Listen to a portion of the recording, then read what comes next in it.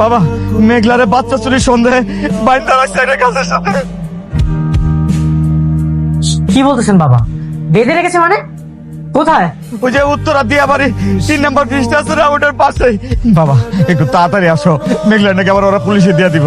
ঠিক আছে, আমি এখনই আসছি। কি কিছু হয়েছে দাদু? তুই নেক্সট মিটিংটা একটু দেখে নিস। রহিম, রহিম, তোমরা আমার সাথে চলো, গাড়িটা বের করো। না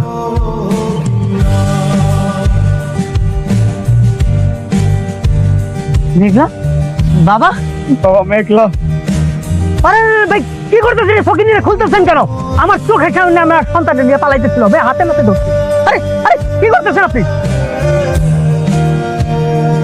আরে আরে আরে ফকির নিয়ে ধরেন না কেন আপনারা? ও কোনো রাস্তার ফকির না, ও আমার ওয়াইফ। আর একটা উল্টাপাল্টা কথা বলবেন না। আপনার ওয়াইফ? ছেলে ধর আপনার ওয়াইফ? আচ্ছা, বাচ্চা পাচার করে টাকা দিয়ে বড় লোক হয়েছেন তাই না? বয়সে বড় না হলে না আমার হাতটা এতক্ষণ এই গালে থাকতো। তোদের মতো নিকৃষ্ট বড় লোকদের জন্য গরিবরা বড় লোকদের ঘৃণা করে, ঘৃণা।